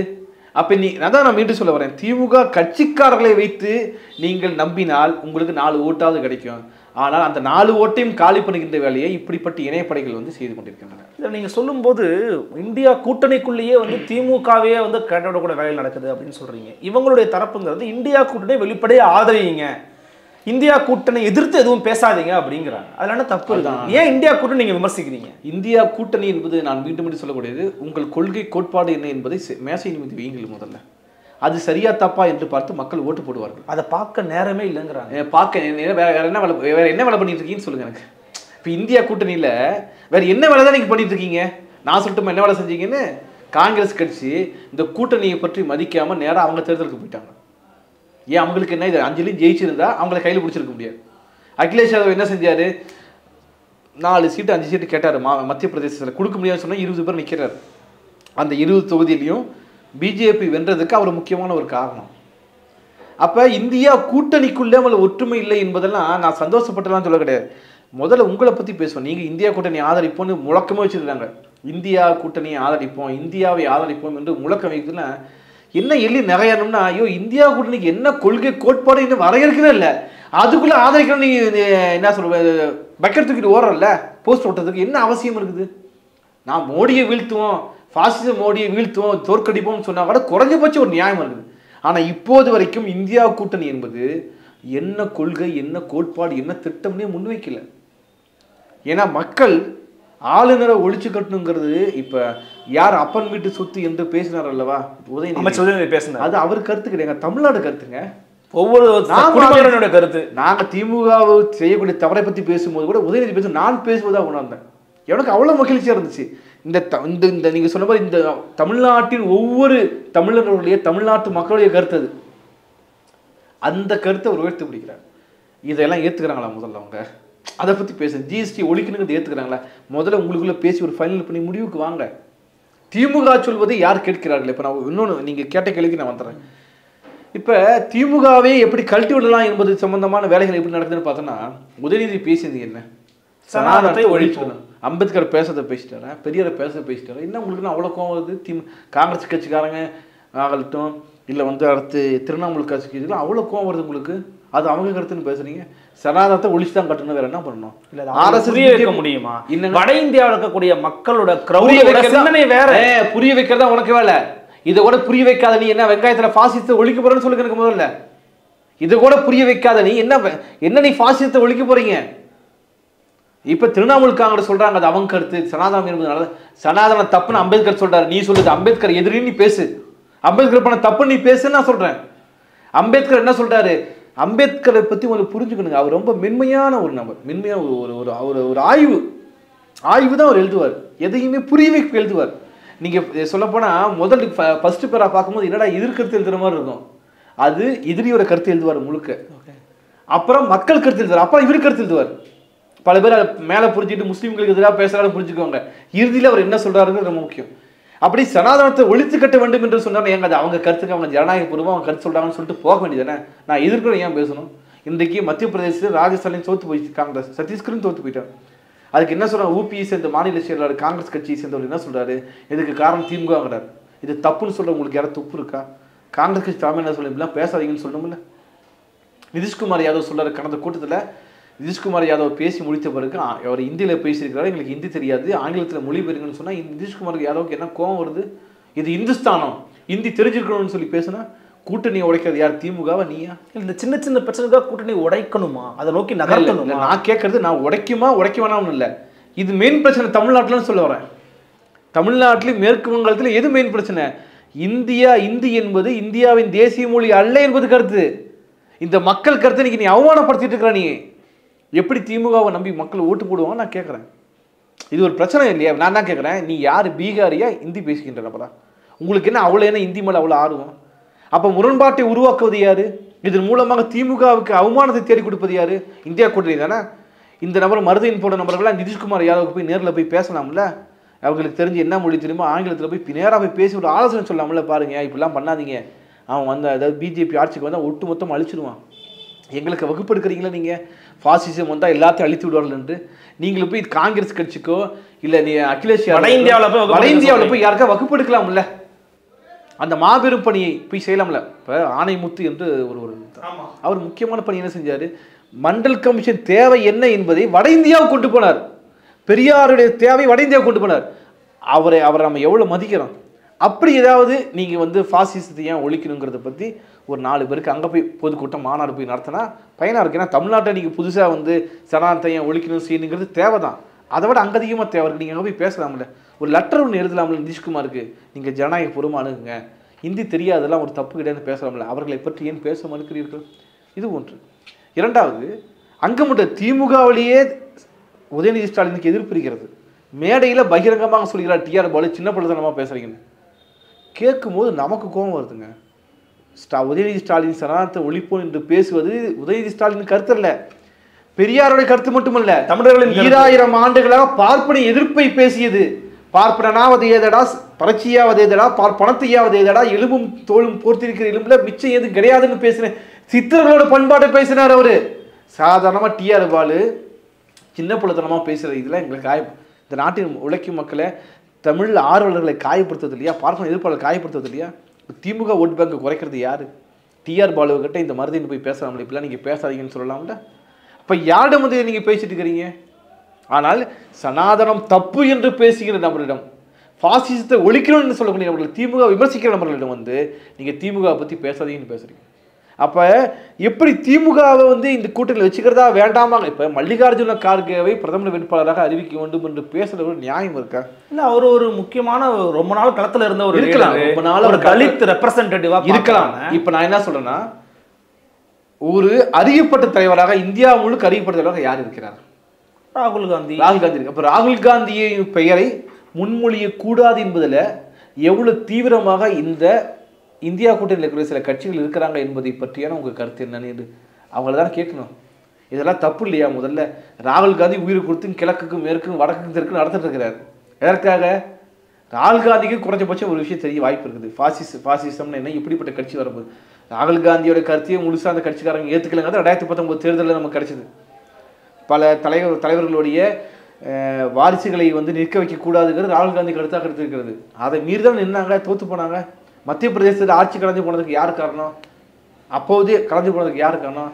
அந்த சிந்தியா குடும்பத்தை சேர்ந்தவருக்கு பதவி கொடுக்க மாட்டேன்னு சொன்னது காரணமாக, முதலமைச்சர் பதவி கொடுக்க மாட்டேன்னு சொன்னது காரணமாக கமல்நாத் பதவி இழந்து போனார். கொள்கை கோட்பாடு எங்கே இருக்குது? 30 எம்எல்ஏ கூட்டிகிட்டு போனார், ஜெயிச்சிட்டாரு. இன்னைக்கு ராஜஸ்தானில் தோல்வி எடுத்ததுக்கு யார் காரணம்? அந்த பைலட் குடும்பத்தை சச்சின் பைலட்டுக்கு அவர்களுக்கு என்னன்னு சொல்லி போன போது நீங்கள் தேர்தலில் ஜெயிச்சிங்க. அடுத்து சச்சின் பைலட் தான் முதலமைச்சர் சொன்னீங்க. ஆனால் ஜெயிச்சவொடனே வந்தது வேற ஒருத்தர் வந்தார். ஆனால் அந்த விளைவு என்ன? தெருச்சண்டை நாய்ச்சண்டை போட்டுக்கொண்டே இருந்தார்கள். எப்படி ஓட்டு போட்டு ஜெயிக்க முடியும்? அப்போ நான் என்ன 40-40க்கு திமுக வெற்றி பெறுதுன்னு வச்சுக்கோங்களேன், மோடி வருவதை எப்படி தடுக்க முடியும்? இதுக்கெல்லாம் அவங்க பதில் சொல்லுவாங்களா? அதனால தான் மொத்தம் நான் 40-40 நீ கேட்குற மாதிரி தமிழ்நாட்டில் போட்டுருவாங்கப்பா. இல்லை அதிகபட்சம் 2 இயல்பா தமிழ்நாட்டில் ஆன்டி பிஜேபி தான் இன்னுமே இருக்கு. இன்னும் இருந்துகிட்டு இருக்கு. நான் அது மட்டும் இல்லை, நான் அடுத்த கேள்வி அதை பற்றி பேசுவோம். இந்தியா முழுக்கவே மோடிக்கு எதிர்ப்பலை இருக்குது. இந்தியா முழுக்க அதை பற்றி பேசுவோம் அடுத்ததுல. இங்கே நம்ம மீண்டும் இந்த நீங்கள் கேட்ட கேள்விக்கு நான் முழுசாக அதை முடிச்சிடறேன். அதாவது இந்த திமுகவை இதிலிருந்து ஒழித்து கட்ட வேண்டும். ஏன்னா திமுக ஏதோ ஒரு வகையில் சனாதன எதிர்ப்புங்கிறது எனக்கு அது தமிழ்நாட்டுடைய பண்பாட்டிலேருந்து வந்தது. அதுக்கு நீங்கள் மீறி பேசுனா கட்சி இல்லாமல் போயிருங்கிறது அப்படி ஒரு சிக்கல் இருக்குது. திமுக மரபுல ஜீன்ல இருக்குது. ஆமாம், ஜீன்ல இருக்குது. ஜீனுக்கு நீங்கள் எதிராக பேசுனா என்ன ஆகும்? ஆட்டோமேட்டிக்காக பிஜேபிக்கு ஆதரவாக போய் முடிஞ்சுங்கிறதுனால இவங்க பேசுகிறாங்க. அப்போ இவர்களெல்லாம் வைத்துக்கிட்டா இங்கே இந்து ஓட்டு போய்விடுமோ என்று யோசிக்கக்கூடிய அளவில் இருக்குது. இப்போ நான் என்ன கேட்குறேன்னா, கமல்நாத் அங்கே என்ன பிரச்சாரம் பண்ணார்? மத்திய பிரதேசத்தில் ராஜஸ்தான் என்ன பிரச்சாரம் பண்ணாங்க? நான் வந்து அனுமாருக்கு குரங்குக்கு ஒரு கோயில் கட்டுவேன், சீத்தைக்கு ஒரு கோயில் கட்டுவேன் என்று அவர்கள் பேசினார்கள். மக்கள் பிரச்சனை பேசவே இல்லை. அதில் தான் ஒரே சந்தேகம். அது அங்கே இருக்கக்கூடிய மக்களுடைய மனநிலையாகவும் அவங்க வந்து இந்துக்கள் அப்புறம் கடவுள் இப்படின்ற சிந்தனை இருக்கிறதுனாலேன்னா காங்கிரஸும் அந்த சாஃப்ட் நினைச்சிட்டு இருக்கிறீங்க இல்லையா, அது தப்புன்னு சொல்றேன். அதான் இப்போ அடுத்து நீங்க கேட்காம அந்த கேள்விக்கு நான் பதில் சொல்ல வரேன். அப்படி இல்லை, இந்தியா முழுக்க மோடிக்கு எதிர்ப்பான அலை வீசிக்கொண்டிருக்கிறது. 4 பேர் பாராளுமன்றத்தில் உள்ள போய் அந்த புகையை போட்டாங்களே, யார் அவங்க? பயங்கரவாதிகளா கிடையாதுங்க. போட்ட முழக்கம் பண்ண மணிப்பூர் பிரச்சனையை பற்றி பேசினாங்க, சர்வாதிகாரம் ஒழிக்குன்னு பேசினாங்க, வேலையின்மை பிரச்சனை பேசினாங்க. இந்து ராஷ்டிரம் அமைத்து விட்டோம் என்ற இருமாப்பில் இருந்த அந்த மோடியோட அந்த அரசவைக்குள்ளார போய் புகையை வீசி முழக்கம் போறாங்க. எவ்வளவு தில்லான மனிதர்கள் அவர்கள்லாம். அந்த போராட்டத்துக்கு முகம் கொடுக்க முடியாம காங்கிரஸ் கட்சி அவர்கள்லாம் பயங்கரவாதின்னு சொல்லிட்டு உட்காந்துருக்காங்க. ஏன்? பல்லாயிரக்கணக்கான விவசாயிகள், லட்ச விவசாயிகளுக்கு மேல் வந்து 365 நாள் வந்து போராட்டம் செய்தார்களே, அந்த விவசாயிகள்கிட்ட போய் நீங்க என்ன சொன்னாலும் அவர்கள் ஒருபோதும் இந்த மோடிக்கு ஓட்டு போடுவதில்லை. இன்றைக்கு எடுத்துக்கோங்க, சாக்ஷி மாலிக் உள்ளிட்டு இன்றைக்கு போராட்டம் செய்து கொண்டிருக்கிறார்களே, அது பிஜேபிக்கு மோடி எதிர்ப்பலை கிடையாதா? இந்தியா முழுக்க மக்கள் போராடி கொண்டிருக்கிறார்களே மோடியுடைய இந்த கொள்கைக்கு எதிராக, தனியார்மய தாராளமய உலகமய கொள்கைக்கு எதிராக, RSS, பாஜக, அம்பானி, அதானி, பாசிஸ்டுக்கு எதிராக போராடுகிறார்கள். மோடி வீழ்ந்து கொண்டிருக்கிறார். அதனால் தான் சர்வாதிகாரத்துடைய தன்மை அதிகமாகி கொண்டிருக்கிறது. நீங்கள் யார் பக்கம் இருக்கிறீர்கள் என்பதை பற்றி பேசும். இந்த 4 பேர் வந்து புகையை போட்டாங்கல்ல, அங்கே அவர் கூடவே நின்று நீங்களும் சேர்ந்து முழக்கம் போட்டுட்டீங்கன்னா நீங்க தான் ராஜான்னு நான் சொல்லுவேன். ஆனால் நீங்க என்ன பண்ணீங்க? செக்யூரிட்டி பிரீச் என்று சொல்லி அவர்களோடு சேர்ந்து மடைமாட்டி விட்டீர்கள். எல்லா பிரச்சனை வந்தாலுமே மோடி என்ன சொல்லி தேச பாதுகாப்பு என்றார். நீங்களும் தேச பாதுகாப்பு பின்னாடி போயிட்டீங்க. அது ஒரு மோடி எதிர்ப்பு தானே. அது மோடி விதித்த வலை. நீங்க என்ன செஞ்சாலும் மோடி சொன்னது ஜெயிச்சிருச்சு. ஆமா, தேச பாதுகாப்பு. அப்ப என்ன பண்ணோம்? இருந்ததை வந்து டெல்லி போலீஸ் வந்து எடுத்துட்டு சிஎஸ்எஃப் கொடுத்துட்டாங்க, முடிஞ்சு போச்சு. அவ்வளவுதானே. ஆனால் அந்த 2 பேர் நீங்க அந்த நபர்களை பற்றி அப்படியே சொல்லுவாங்க, ஆர்ட் ஆஃப் பீப்புள்ங்கிறாங்களா, மக்களுடைய அந்த கலைநயத்தை பாருங்க. அதாவது காங்கிரஸ் கட்சியை சேர்ந்தவரிடம் வந்து அந்த அனுமதி சீட்டு பெற்று போயிருந்தால் அந்த கட்சி பிளேம் பண்ணுவான். கம்யூனிஸ்ட் கட்சிக்காரர்கிட்ட இருந்து அந்த அனுமதி சீட்டு பெற்று போயிருந்தா மாவோயிஸ்ட் கூட சொல்ல வாய்ப்பு இருக்குது. அழகாக திட்டம் போட்டு கர்நாடகாவில் அந்த தொகுதியில் பிஜேபி எம்பி கிட்ட போய் சீட்டு வாங்கிட்டு போகிறாங்கன்னா எவ்வளோ கிரியேட்டிவாக இருக்கிறாங்க அவங்க. மக்களிடம் சொல்லியிருக்கிறார்கள் அவர்கள். ஆனால் அந்த கருத்தை கூட மக்கள்கிட்ட எடுத்துகிட்டு போகல. இப்போ தினம் தோணுதுன்னா, அட பாவீங்களா, நீங்களாம் ஒன்று சேர்ந்து இப்படித்தானே பகத்சிங்லாம் தூக்கில் போட்டிருப்பீங்க. நாடாளுமன்றத்தில் அவர் குண்டை வீசினாரு, இவங்க புகை வீசினாங்க. அப்போ உங்களுக்காக தானே போராடுறாங்க. ஏன் இன்றைக்கு சாக்ஷி மாலிக் உள்ளிட்டவர்கள் வந்து போராடுகின்றார்களே, அது யாரு தனிப்பட்ட பிரச்சனை இல்லைங்க, மோடிக்கு எதிரான போராட்டம். வேற வழி இல்லாம இன்னைக்கு தலைகுனிஞ்சு நிக்க வேண்டிய அளவில் இருக்குது மோடி கவர்மெண்ட். பேச முடியல, அதாவது பிரிஜ் பூஷனுக்கு ஆதரவாகவும் நிக்க முடியல. ஏன்னா பிரிஜ் பூஷனுக்கு நீங்க ஆதரவு விளக்குனீங்கன்னா அவர் கையில 10 MP வச்சுட்டு இருக்கிறாரு, சும்மா கிடையாது. ஊபியில பிரச்சனையாகும். இன்றைக்கு வேற ஒரு ஆள் தெரிவு செய்யறார், அவருக்கு எதிராக போராட்டம் பண்றாங்க. உலகத்துல எந்த நாட்டில் இது மாதிரி வாங்கின பதக்கத்தை தெருவில் வைத்து விட்டு வந்தாங்க. மோடி தோற்று கொண்டிருக்கிறார் என்பது உங்க கண்ணுக்கு தெரியலையா? வேணா விளக்கண வேணா வாங்கி பார்சல் போறோம், கண்ணில் விட்டு கொண்டு பாருங்கள். மோடி தோற்று கொண்டிருக்கிறார், மோடி அலை வீழ்ந்து கொண்டிருக்கிறது. அதற்கு எதிரான அலையை நீங்கள் கட்டியெழுப்ப தவறிவிடுகிறீர்கள். இப்போது வரைக்கும் நீங்க அதுக்கு எதிராக அதை நீங்க பேசியிருந்தா ஜெயிக்க முடியும்னு சொல்றேன். அதை விட்டுட்டு நான் ராமர் கோயில் கட்டுறேன், அனுமார் கோயில் கட்டுறேன், பாம்பு கோயில் கட்டுறேன், கழுகு கோயில் கட்டுறேன் என்று நீங்க பேசி கொண்டிருந்தால் இந்த கோயில் கட்டுவதில் அவங்க கில்லாடி, கோயில் இடிக்கிறதையும் கில்லாடி, கட்டுவதையும் கில்லாடி. கண்டிப்பாக நீங்கள் அவர்களோடு இந்து மதவெறியை பேசி ஒருபோதும் ஜெயிக்க முடியாது. மாறாக மோடி வீழ்ந்து கொண்டிருக்கிறார் என்பதை பற்றி பேசினால் தான் வெல்ல முடியும் நான் சொல்றேன். அதான் நான் சொல்றேன், மோடி தோற்று கொண்டிருக்கிறார், மோடி அலை தோற்று கொண்டிருக்கிறது. இந்த கிரிக்கெட்ல தோற்று போனாங்களே, மக்கள் கருத்து என்னங்க? திஷ்டி பூசணிக்காக மாதிரி வந்து உட்காந்தா இப்படி ஜெயிக்கும், இப்படி ஒரு கருத்தை பேசியது இங்க இருக்கிறவங்க கிடையாதுங்க, குஜராத்தில் மக்கள் பேசுறாங்க. இது மோடி தோல்வின்னு உங்களுக்கு புரியலையா? இன்றைக்கு அயோத்தியில் ராமர் கோயில் திறக்கிறாங்க. இந்த கோயிலுக்கு போலாமா வேண்டாமா என்று காங்கிரஸ் கட்சி இப்போதைக்கு முடிவு செய்யல. திரிணாமுல் காங்கிரஸ் சொல்லிட்டாங்க நாங்க போக மாட்டோம், சிபிஐ சிபிஎம் சொல்லிட்டாங்க, அகிலேஷ் யாதவ் நான் போவாங்கிறாரு. இப்படி இவரெல்லாம் நான் போவேன். அதான் சொல்றேன், உங்களுக்கு கொள்கை கோட்பாடு திட்டமே நீங்க வரையறுக்கல. அதனால இந்த மருதின் நான் திருப்பி அவர் பேரை சொல்ல வரல. ஏன்னா பல பேர் சொல்லுவாங்க, நீங்க என்ன உங்க அமைப்புல வெளியே போயிட்டாலும் நீங்க அவர் வந்து விமர்சனம் பண்ணீங்க. அப்படி இல்லைங்க, அவர் ஒட்டுமொத்த நாட்டுக்கு எதிராக பேசிட்டு இருக்கிறனால சொல்லித்தான். மோடியை பத்தி விமர்சனம் பண்ணணும்னா தனிப்பட்ட மோடிக்கு எங்களுக்கு பங்காளி பிரச்சனை இல்லை, மருதினுக்கு எங்களுக்கு பங்காளி பிரச்சனை இல்லை. நானெல்லாம் அவர் அருகிலே இருந்து அவரிடம் வந்து பேசுவதற்கு கற்றுக்கொண்டு, விவாதிக்க கற்றுக்கொண்டு, தர்க்கத்தை எல்லாம் நான் அவர்கிட்ட தான் கற்றுக்கிட்டோம். இன்றைக்கு அவர் எதிராக போய்விட்டார் என்பது இல்லைங்களா, எங்களுக்கு எதிராக, எனக்கு எங்க அமைப்புக்கு எதிராக போய்விட்டார் என்பதில்லை, மக்களை இழிவுபடுத்துவது இல்லைங்களா. ஊழலை பற்றி பேசக்கூடாது, நேர்மையை பற்றி ஒழுக்கத்தை பற்றி பேசக்கூடாது என்று மக்களுக்கு ஆர்டர் போடுகின்ற அதிகாரம் உங்களுக்கு யார் கொடுத்தாங்க? இன்னைக்கு அதிகாரத்தை கையில் எடுத்துறீங்க. அதான் நான் சொல்ல வரேன், மோடி தோற்று கொண்டிருக்கிறார் என்பதை பற்றி பேசுவோம். கண்டிப்பாக மோடி தோற்று கொண்டிருக்கிறார், அதற்கு முகம் கொடுப்பதற்கு ஒரு ஆள் வேண்டும். அந்த எதிராளி தோற்று கொண்டிருக்கிறார் என்பது பிரச்சனை இல்லை. என் பின்னால் வாருங்கள் நீங்க கூப்பிடுறீங்க இல்லையா, நீங்கள் எப்படிப்பட்டவர்கள் என்று மக்கள் கேட்பதற்கு உரிமை இருக்கிறதா இல்லையா? இருக்குதா, கண்டிப்பாக இருக்குதா. ஆக்சுவலாக நீங்கள் திருப்பி தமிழ்நாட்டுக்குள்ள வந்ததுனால அதில் ஒரே ஒரு கேள்வி மட்டும் நான் ஆட் பண்ணிடுறேன். அம்மையார் ஜெயலலிதா அவர்களையும் பொன்முடியையும் ஒப்பிட முடியாது. ஒப்பீட்டளவில் அவங்களுக்கு சாதியும் அந்த கூறும் கூட ஒரு பலமாக இருக்கலாம். மீண்டும் வந்ததுனால மக்கள் மத்தியில் இதுவாகி ஜெயிச்சிட்டாங்க. ஆனால் நீங்கள் பொன்முடியை அப்படி ஒப்பிட முடியாதுன்னு மணி உட்பட நிறைய பேர் வந்து பேசியிருந்தாங்க. அவர் வந்து இன்னும் ஒரு படி மேலே போய் திமுக உள்ளேயும் சரி வெளியும் சரி இன்றைக்கி ஜெயலலிதா அளவுக்கான அந்த ஈர்ப்பு மிக்க ஆளுமைகள் இன்றைக்கி யாரும் இல்லை. மக்கள் மத்தியில் மக்கள் தேர்வு பண்ணிட்டாங்கப்பா, so that is no way அப்படிங்கிறாரு. அப்படி ஒப்பிடுவதில் கூட ஒரு சாதி மனநிலை இருக்குது. அதை ஒரு சாதி மனப்பான்மையோடு பார்க்கறதுனால தான் அப்படி அணுகுறீங்க இல்லைங்க. இந்த நபர்கள்லாம் ஒரு சாதியவாதிகள். நான் எப்படி சொல்கிறேன்னா, நான் இன்னொரு பிரச்சனையும் இதில் வந்து வெளிப்படையாக பேசும். நான் ரெட்பிக்ஸ் சேனலில் போய் ஒரு பேட்டியை கொடுக்குறேன். பேட்டியை கொடுக்கும்போது பாடகர் திரு கோவன் எங்கள் அமைப்பில் முன்னாடி இருந்தார். திரு கோவன் அவர்கள் வந்து அவருடைய பேட்டி ஆனந்த விகடனில் ஒரு பேட்டி வந்துச்சு, அது தொடர்பாக நான் கேட்குறாங்க. நான் கேட்டால் பதில் சொல்லி தான் ஆவணங்கிற முறையில் கடந்த நாங்களாம் ஒன்றாக இருக்கும்பொழுது பாய்ஸ் தோட்டத்து ராணியன்னு பாட்டு பண்ணோம்.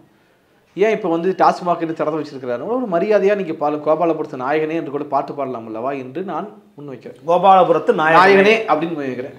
இந்த மருதையனும் இந்த கரிகாலன் அந்த குரூப் அவங்க அந்த முற்போக்கு என்று பேசுகிற எல்லா நபரும் சேர்ந்து கொண்டு கோபாலபுரத்து நாயகனே என்று நான் பேசுவதை நாயே வரைக்கும் கட் பண்ணிட்டு அதை மட்டும் போட்டு கோபாலபுரத்து நாய் என்று கோவனை சொல்லிவிட்டார். இவருக்கு சாதி திமிர் என்று பேர் மருது. அப்போ ஒரு ஆதிக்க சாதியை சேர்ந்தவராக தான் இருப்பார். கோவன் எங்களுக்கு கோவன் தாழ்த்தப்பட்ட சாதியை சேர்ந்தவர். இவர் சொன்ன பிறகு தான் எங்களுக்கு தெரியும். எனக்கு 3 வருஷமா, நான் 20 வருஷமா இந்த அமைப்பில் இருக்கிறேன், எனக்கு இவர் சொன்ன பிறகு தான் தெரியும்.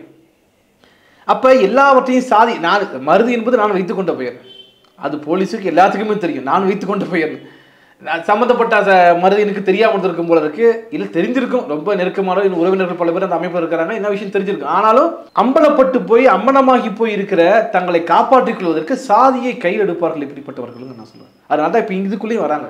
இப்போ இந்த பொன்முடி பற்றிய கருத்து ஏறக்குறை இதே கருத்தை நானும் வேறு ஒரு வலைக்காட்சிக்கு நான் சொல்லிக்கிறேன். என்னன்னா, நாளைக்கு பொன்முடி வெற்றி பெற்று வந்தாலும் கூட ஓட்டு கிடைக்காது, இல்லை வெற்றி பெற்றுவதற்கான வாய்ப்பும் கிடையாது. ஏனென்றால் இந்த ஆதிக்க சாதியினர் பார்ப்பன பனியா கும்பல் நீதிமன்றம் வரைக்கும் அவர்களுடைய செல்வாக்கு இருக்கிறது. அதனால இவர்களை வளரவிட மாட்டார்கள் என்பதுதான் நான் சொல்லக்கூடிய விஷயம்.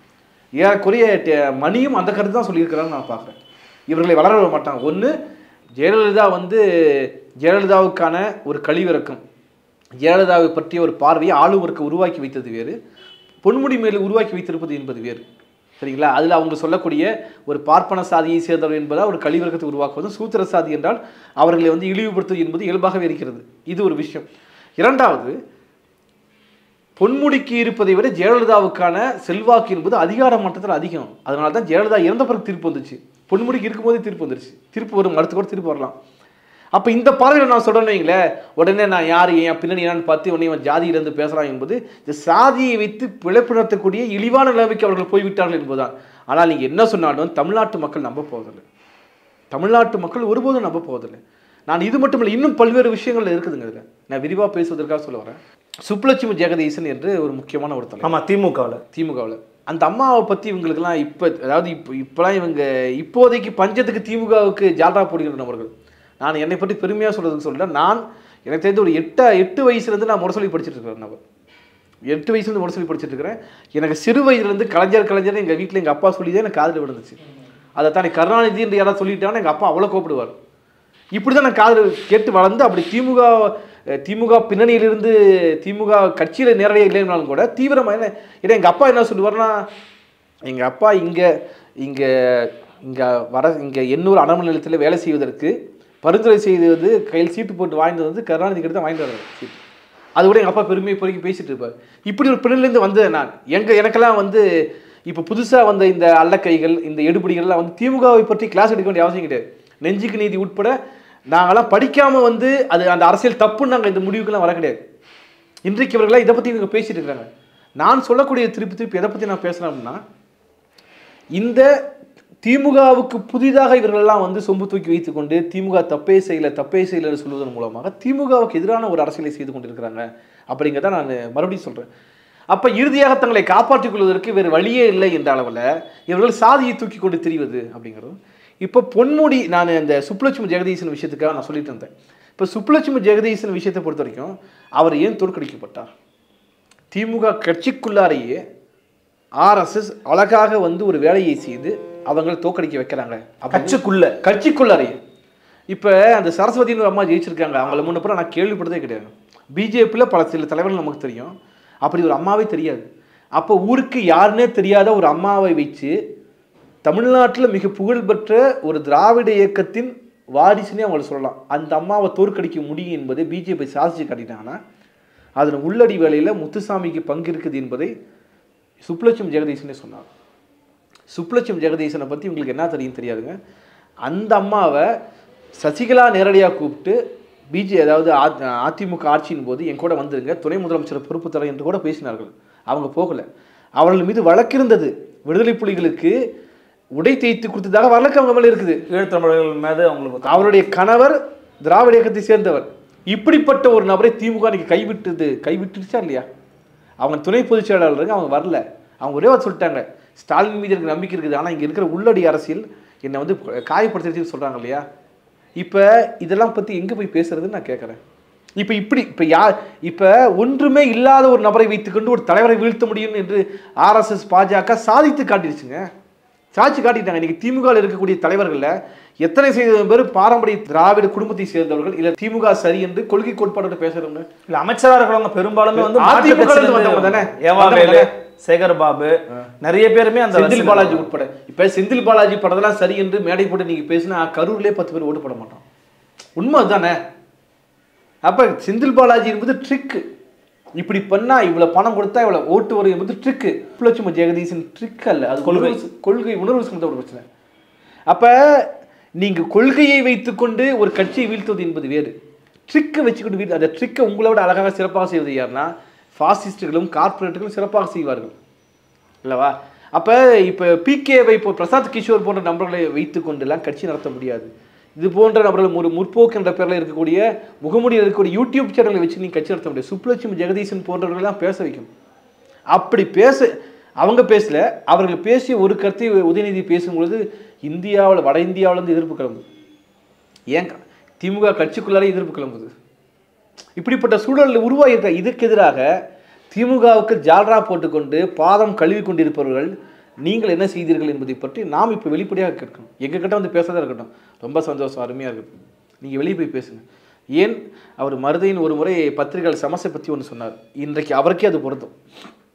என்னன்னா, இந்த சாலை ஓரத்தில் வந்து மணலில் பாதிக்கப்பட்டவர் இருப்பார், திடீர்னு வந்து வேகமாக வந்து அவர் சாலையில் வந்து அந்த போக்குவரத்துலாம் சரி பண்ணுவார், பார்த்துருக்கீங்களா? ஏய் போடா வாடான்னு. அவருக்கு என்னன்னா, உலகமே தான் தான் இந்த உலகத்தை சுமப்பதாக அவர் கருத்து. திட்டுவார், ஏய் ஒழுங்கா வண்டி போடு, வண்டி ஆஃப்னு பேசுவார். அந்த பொறுப்பை தற்பொழுது மருதையன் போன்ற நபர்கள் எடுத்துக்கொண்டார்கள். இப்போ இந்தியாவையே வழிநடத்துகின்ற பொறுப்பு தனக்கு இருப்பதாக நடத்தி கொண்டார்கள். பாவம் தான் சொல்ல முடியும், என்ன பண்ண முடியும்? சில சமயம் அந்த மணலில் பாதிக்கப்பட்டு நம்மளை அடிக்க கூட வருவார், நம்ம திருப்பி அடிக்க முடியாது இல்லையா? அப்படி இவர்கள் கருத்துக்கெல்லாம் பதில் சொல்ல முடியாது. ஆனால் இது மக்கள் மத்தியில் மிக மோசமான விளைவை ஏற்படுத்தும் அப்படிங்கிறத நாம் திருப்பி சொல்லக்கூடிய. அப்போ நாம் இப்போ பார்க்கும்போது இந்திய அளவுலையும் சரி, தமிழ்நாட்டு அளவுலையும் சரி, திமுகவை பிளவுபடுத்தி உதயநிதி ஸ்டாலின் இந்த பேசிக்க வேண்டிய அவசியம் இல்லை என்ற கருத்தை திமுகவிடம் உருவாக்கியது யார்? இதுதான் ஆர்எஸ்எஸ் கருத்து. இப்படி செல்வாக்கு செலுத்தி அப்படி தடா பேசுவான், என்னடா உனக்கு எனக்கு பேசுனா ஒரு எடுத்துக்காட்ட சொல்லுவார். நான் வந்து எப்பவுமே தக்காளி வெங்காயம் வாங்குவதற்கு ஒரு கடையில் போவேன். அவர் வந்து ஒரு சாதி ஆதரவாளர். போய் நான் முதல் முறை அறிமுகம் வந்து என்ன சாதின்னு கேட்டால், நாங்கள் சாதியெல்லாம் சொல்ல தட்டிங்கன்னு சொல்லியாச்சு. என் மனைவி எந்த சொந்த ஊருன்னு தெரிஞ்சுக்கிட்டு இந்த ஜாதியானு கேட்டார். ஜாதி இல்லைன்னா இல்லை தாங்க மேற்கொண்டு பேசுவீங்கன்னா எப்போ போனாலும் பிறகு மரியாதையாக பேசுவார். திமுக விமர்சனம் பண்ணுவார். இந்த உதயநிதி ஸ்டாலின் சனாதனத்தை பற்றி பேசும் பொழுது நான் எதாச்சியாக அவர்கிட்ட தக்காளி வெங்காயம் வாங்க போகிறேன், திட்டுறாரு. பிஜேபி கண்டபடி திட்டுறாரு. இவங்களுக்கு வேலையே இல்லை, சனாதனம் என்னங்க மூட நம்பிக்கை தானே என்று கடைக்காரருக்கு தெரிஞ்சது, டிஆர் பாலுக்கு தெரியவில்லை. திமுக செய்யக்கூடிய தவறை விமர்சனம் செய்து கொண்டிருக்கிற ஒரு நபருக்கு திமுக செய்தது சரி, சனாதனத்தை ஆதரிக்கிறது தப்பு என்று பேசுகிறார். இது காங்கிரஸ் கட்சிக்கு புரியவில்லை. நீங்கள் போய் புரிய வைங்க.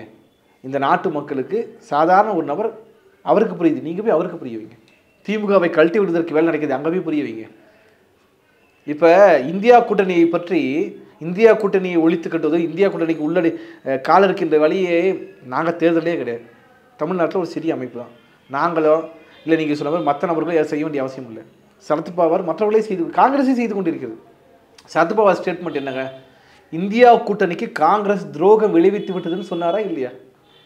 இது சொன்னார் அவரை பற்றி நீங்கள் என்ன சொல்ல போகிறீங்க? இப்போ திருப்பி தமிழ்நாட்டில் வந்து தன்னுடைய இடத்தை காப்பாற்றிக் கொள்ள வேண்டும், தான் பிழைப்பு நடத்த வேண்டும், தனக்கு வயிறு நிறைய வேண்டும் என்பதற்காக திமுகவுக்கு இவர்கள்லாம் கண்ணை கட்டி கொண்டு, திமுக கண்ணை கட்டிவிட்டு இவர்கள் திமுகவுக்கு சேவம் செய்வதை போல இருக்கிற இதன் விளைவு திமுகவுக்கு ஆதரவாக இருப்பவர்களையும் இவர்கள் விளக்குகிறார்கள் என்பதுதான். நாங்கள் ஒருபோதும் திமுகவுக்கு ஓட்டு போடுறதில்லை, தேர்தலில் ஓட்டு போடுவோம், பாசிசத்தை வீழ்த்த முடியும் நாங்கள் ஒருபோதும் சொல்ல போவதில்லை. ஆனால் திமுகவுக்கு ஓட்டு போட வேண்டும் என்று நினைப்பவர்களை கூட அப்புறப்படுத்துகின்ற வழியில் இப்படிப்பட்டவர்கள் ஈடுபட்டு கொண்டிருக்கிறார்கள் என்பதை நான் சொல்கிறேன். அப்போ திருப்பி ஊழலா மதவெறியா, ஊழலா மதவெறியா, ஊழலா பாசிசமா என்ற ரெண்டில் ஒன்று நீ என்ன வைக்கிறது? நீ யார் முதல்ல? ஊழலா மதவெறியா? நீ உன்னை நம்பி நான் வர வேண்டும் என்றால் நீ நேர்மையாக இருக்கணும், எதிர்பார்க்கணுமே வேண்டாம். இப்போ ஏன் என் சம்பந்தப்பட்ட மருதையினே எங்களை அமைப்பிட்டு போகும்போது சொன்ன விஷயம் நீங்கள் நேர்மை இல்லாதவர்கள்னு சொன்னார். அதே பொய்.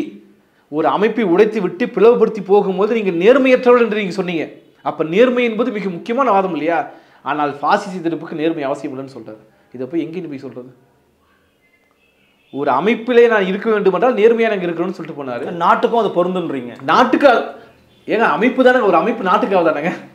அப்போ நாட்டுக்கு பொருத்தக்கூடாது என்று பேசுவது எவ்வளோ அயோக்கியத்தனம். அப்போ நான் நேர்மையற்றவனாக நான் இருப்பேன் என்று பேசுவதன் மூலமாக திமுகவை வேறு வழியில் நீங்கள் ஒழித்து கொண்டிருக்கிறீர்கள், அழித்து கொண்டிருக்கிறீர்கள் நான் சொல்ல வரேன். அப்போ மீண்டும் பாசிச எதிர்ப்பு என்ற பெயரில் ஜனநாயகத்தை ஒழித்து கொண்டிருக்கிறார்கள். இது முழுக்க 2011 காலகட்டத்தில் எப்படி திமுகவுக்கு எதிராக இப்படிப்பட்ட செயல்பாடுகள் அமைந்ததோ, அதை போன்ற ஒரு செயல்பாடை நோக்கி தானே போகுதுன்னு சொல்கிறோம். அப்படிப்பட்ட செயல்பாடை நோக்கி போகுது. இப்போ 2011 திமுகவுக்கு மிகப்பெரிய எதிர்ப்புலாம் ஒன்று கிடையாதுங்க. திமுக தோற்று போனதுக்கு பல்வேறு முக்கியமான காரணங்களில் இப்படி ஜனநாயக கருத்துக்களை எல்லாம் நீங்கள் ராவாக எதிர்த்தது ஒரு முக்கியமான காரணமாக, குறிப்பாக ஈழப் போராட்டத்தில் எள்ளி நகையானது இது போன்றவையெல்லாம் ஒரு முக்கியமான ஒரு பங்கு வகிச்சது. விஜயகாந்த் மட்டுமல்ல, இது போன்ற காரணங்களும் பங்கு வகித்தது. அப்படிப்பட்ட ஒரு காரணங்களில் ஒன்றாக இப்படிப்பட்ட இந்த இணையப்படை கும்பலும் திமுகவுக்கு ஆதரவாக இருப்பதாக சொல்லிக் கொண்டிருக்கிற இணையப்படை கும்பலும் இருக்குது. இப்போ ஒரு எடுத்துக்காட்டு முன்னொன்று சொல்ல வரேன். இந்த திருநெல்வேலியில் இந்த மழை வெள்ளம் பிரச்சனையெல்லாம் வந்தப்போ ஆமாம், இந்த தென் மாவட்டங்களில் குறிப்பாக தூத்துக்குடி, திருநெல்வேலி, கன்னியாகுமரியில் எப்படிப்பட்ட விவாதம் அவங்க நடத்துகிறாங்கன்னு பாருங்கள். பிரச்சனைலாம் ஒன்றும் கிடையாது, அவ்வளோ பெரிய வெள்ளம்லாம் ஒன்றும் கிடையாது, அவ்வளோ பெரிய பாதிப்புலாம் ஒன்றும் கிடையாது. நான் ஒருத்தர் சொல்கிறார், புகழ்பெற்ற எழுத்தாளர், நானும் திருநெல்வேலிக்காரன் தான், எங்கள் வீடு மூடுகளை எங்கன்னு கரண்ட் இருக்குது. அப்போ ஒரு டிவியில் போடுறாங்க, அவன் ஆள் இருக்க டிவியாக கூட இருக்கட்டும், அது பிரச்சனை இல்லை. அந்த டிவியில் என்ன பண்ணுறாங்க, திருநெல்வேலியில் அதாவது நெல்லை போன்ற பகுதிகளில் தொடர்பு கொள்ள முடியும்னு சொல்கிறாங்க. நான் உண்மையாக எங்கள் தொடர்கள் யாரையும் தொடர்பு கொள்ள முடியலனால இந்த ஒரு நாள் தொடர்பு கொள்ள முடியல. இவர் என்ன எழுதுறாரு, உனக்கு யாரோட தொடர்பு இருக்குன்னு எனக்கு தெரியல என்று பேசுவதன் மூலமாக நீ இந்த டிவிக்காரனை பற்றி நீங்கள் பேசலை, அந்த பாதிக்கப்பட்ட மக்களை எள்ளி நகையாடுகிறீர்கள் இல்லைங்களா? அப்போ இப்படி பேசிக்கிட்டு ஒரு பிரச்சனையும் கிடையாது. அதாவது இவர்களுக்கு பேர் அற்பவாதிகள். தனக்கு சோறு கிடைச்சா போதும், தனக்கு வேலை கிடைச்சா போதும், தான் சொகுசாக இருந்தால் போதும் என்று நினைப்பார்கள். இன்னும் பல பேர் பார்த்தீங்க அப்படின்னா இந்த மழை வெள்ள இந்த சென்னை மழை வெள்ள பிரச்சனைகள் கூட நான் அவரோட பேசிகிட்டு இருந்தேன். இப்படி பிரச்சனை ஒன்று அவங்க என்னதாங்க பண்ணுவாங்க, அவங்க வீட்டிலே தண்ணி வந்துருச்சு என்று பேசுகிறார்கள். இப்படி இருக்குங்க அரசு. அப்போ அரசு தன்னுடைய ஆமாம் இப்படி ஒரு தப்பு நாங்கள் செஞ்சுட்டேன் என்று நீங்கள் பேசுறது மூலமாக நான் சொல்கிறேன், தமிழ்நாட்டில் உங்களுக்கு மதிப்பு கூடும், மதிப்பு ஒரு போல் இறக்க போவதில்லை. எங்களால் செய்ய முடியல. இதுக்கு காரணம் என்ன, திமுக நினைச்சாலும் செய்ய முடியாத ஒரு சூழல் ஏன் வந்துச்சு? இருக்கிற தூய்மை பணியாளர்கள் எல்லாம் அரசு பணியாளர்கள் கிடையாது, ஒப்பந்த பணியாளர்லாம் மாற்றிட்டீங்க, இருக்கிற ஆட்களை எண்ணிக்கை குறைச்சிட்டீங்க. அது மட்டும் இல்லாமல் இந்த மின்வாரிய ஊழியர்கள் அனைவரையுமே ஒப்பந்த புள்ளியாக பல பேரை மாற்றிட்டு யார் வந்து வேலை செய்வாங்க? இப்படியும் ஒரு பிரச்சனை இருக்கு இல்லையா? நான் நேரடியாக இந்த வெள்ளத்தில் பாதிக்கப்படும் போது ஒரு இடத்துல கூட நான் போய் பார்த்த மாதிரி நான் வாழ்ந்த இடமாகட்டும், ஒரு இடத்துல கூட அதிகாரிகள் அஃபிஷியல்ஸ் வந்து நான் தான் உங்களுக்கு பொறுப்புன்ற ஒருத்தர் கூட வரல. இதுக்கு நீங்கள் என்ன நீங்கள் சொல்லுவீங்க? ஒரு இடத்துல கூட வர கிடையாதுங்க. இப்போ பார்ப்பனர்கள் பணக்காரர் இடத்துல பண்ணாங்க, இதை கூட விமர்சனம் எங்களுக்கு உரிமை கிடையாதா? கட்சிக்காரர்கள் வந்தாங்க, அவங்களால முடிஞ்ச சோறு செஞ்சு போட்டாங்க, அது வேறு விஷயம். நிர்வாக அதிகாரிகள் யாரும் வரல. அதுக்காக 2015 வெள்ளத்தையும் இதையும் நான் ஒப்பிட்டு பேச மாட்டேன். அது திட்டமிட்டு ஜெயலலிதாவால் உருவாக்கப்பட்டது, அது வேறு இது வேறு. ஆனால் நீங்கள் என்ன செஞ்சீங்க, எதை பற்றி பேசுனீங்க? இப்போ 4000 கோடி ஒருத்தர் வந்து கேட்குறாரு, கணக்கு கேட்குறாரு. பிஜேபிக்கார கணக்கு கேட்பதும் பாமரன் ஒருவன் கணக்கு கேட்பதும் ஒன்று இல்லை. ஆனால் பாமரன் கேட்குற கணக்கு நீங்கள் கணக்கு பதில் சொல்லி ஆகணும். ஆனால் அவனுக்கு நீங்கள் பதில் சொல்லாமல் என்ன சொல்கிறீங்கன்னா, நீயும் பிஜேபி ஒன்று, இந்த பாமரன் தான் அவனை வாழ வச்சுருக்கிறான். வடசென்னையில் நாங்கள் போகும்போது திமுக சொல்கிறார், பரம்பரை திமுக நான் கேட்குறேன், வடசென்னைக்கு திமுகவுக்கு வழி தெரியாதான்னு கேட்குறாரு. அந்த நபரை இப்போ பிஜேபியின் பக்கம் நீங்கள் தள்ளிவிட போகிறீர்களா? திமுக அதான் சொல்ல வரேன், திமுக வரலாறே தெரியாமல் இவங்க திமுக பற்றி பேசிட்டு இருக்காங்க. மூக்க அழகிரின் சட்டை பிடிப்பாங்க திமுக காரங்க, கருணாநிதிக்கு எதிராக நீ ஏன் பேசுகிறேன்னு கருணாநிதியை போய் சண்டை போடுவாங்க, கருணாநிதிக்கு ஓட்டு போடுவாங்க. இதுதான் திமுகவோட வரலாறு. நீ அதே தெரியாமல் திமுக விமர்சனமே பண்ணக்கூடாது என்று நீ சொல்வது என்னன்னா, திமுகவை ஒழித்து கட்டுகின்ற வேலையாக இருக்குது. அப்போ மீண்டும் மீண்டும் இவர்கள் என்ன செய்கிறாங்கன்னா, பாசிச எதிர்ப்பு என்ற பெயரில் ஜனநாயக கருத்துக்களை ஒழித்து கட்டுகின்ற வேலை. இது மாதிரி சின்ன சின்ன அமைப்புகள் எல்லாத்தையும் நீங்கள் ஒழிச்சு கட்டிட்டு திமுகவை மட்டும் வச்சுட்டு நீங்கள் என்ன செய்ய போகிறீங்க அடுத்து நீங்கள் சொல்லுங்கள். இப்போ இருப்பதை வைத்துக்கொண்டு என்ன செய்யலாம் என்பதை பற்றி பேசினால் சமூக மாற்றத்தை யோசிக்கவே முடியாது. இன்னும் சொல்லப்போனால் கலியுலியோ இருந்தார், இந்த பூமி கோள வடிவமானதுன்னு சொன்னார் அவர். சரி, இப்போதைக்கு நம்ம வந்து பேசணும்னா கண்ணில் அவருக்கு வந்து விஷம் கொடுத்தாங்க, குருடாக போனார். இப்போ கேட்டாங்க, பூமி உருண்டை வடிவமானது அல்ல என்று இவர்கள் சொல்ல சொன்னார்கள் எழுதினார். புரூனோ என்று ஒருவர் இழுத்தே கொண்டார்கள், கேள்விப்பட்டு போனாமல். அவர் யாருங்க? அவர் வந்து இந்த சூரியன் என்பது ஒரு நட்சத்திரம்னு சொன்னார். அப்போ விவிலியம் என்ன சொன்னது, இப்போதைக்கு என்ன சொல்லுது? ஒரே ஒரு சூரியன், ஒரே ஒரு சந்திரன், ஒரே ஒரு பூமி, அனைத்தையும் இயேசு படைத்தார்னு சொன்னது. அதுக்கு எதிராக பேசலான்னு கொண்டாங்க. கிரிக்கு ஒரு மென்டல் ஒரு கேள்விப்பட்டிருப்பாங்க தான், இந்த செடிகளுக்கு வந்து உயிர் இருக்குது, டிஎன்ஏ இருக்குது கண்டுபிடித்தவர். அவர் வந்து வாழ்நாள் முழுக்க 20 ஆண்டுகள் செடிக்கு உயிர் இருந்துச்சுன்னு தெரிஞ்சுக்கிட்டு வெளியே சொன்னால் கொன்றுவாங்கன்னு வாய்த்தாது பேசவே இல்லை. இப்படி எண்ணிலடாங்கால பேர் இறந்து போனார்கள். அவர் இது சரியே சொன்னார்கள், சரி தப்பு. அப்படி பார்த்தா இன்றைக்கு காலகட்டத்தில் நீங்கள் பகத்சிங் செய்தது தப்புன்னு நீங்கள் பேசணும். 4 பேர் இப்போ வந்து உள்ள புகையை போட்டாங்கல்ல, அது தப்பு அப்படின்னா பகத்சிங் செய்தது நீங்கள் தப்புன்னு பேசுவீங்களா? அப்போ மக்கள் அவர்கள் ஒவ்வொருவரும் தங்களுக்கு தெரிந்த வழிமுறையிலேயே இந்த பாசிச பாஜக, ஆர்எஸ்எஸ், பாஜக, அம்பானி அதோடைய பாசிச கும்பலை வீழ்த்த வேண்டும் என்று போராடுகிறார்கள். முகம் கொடுப்பதற்கு இந்தியா கூட்டணி தயாராக இருக்கிறதா இல்லை என்பதுதான் மக்கள் முன்வைக்கக்கூடிய கேள்வி. நிச்சயமாக ரொம்ப ஊழல் எதிர்ப்பா, ஃபாஸ் எதிர்ப்பா அப்படிங்கிறது ரொம்ப தெளிவான ஆழமான ஒரு விளக்கத்தை வந்து உங்களுடைய வாயிலாக வந்து மக்களுக்கு கொடுக்க முடிஞ்சிருக்குது. எங்களுக்காக உங்களுடைய வருகையும் கருத்துக்களையும் மிக ஆழமாக எடுத்துறதுக்கு மிக்க நன்றி திரும்புறது. நன்றி நண்பர்களே, மீண்டும் ஒரு சிறப்பு சந்திக்கலாம். நன்றி, வணக்கம்.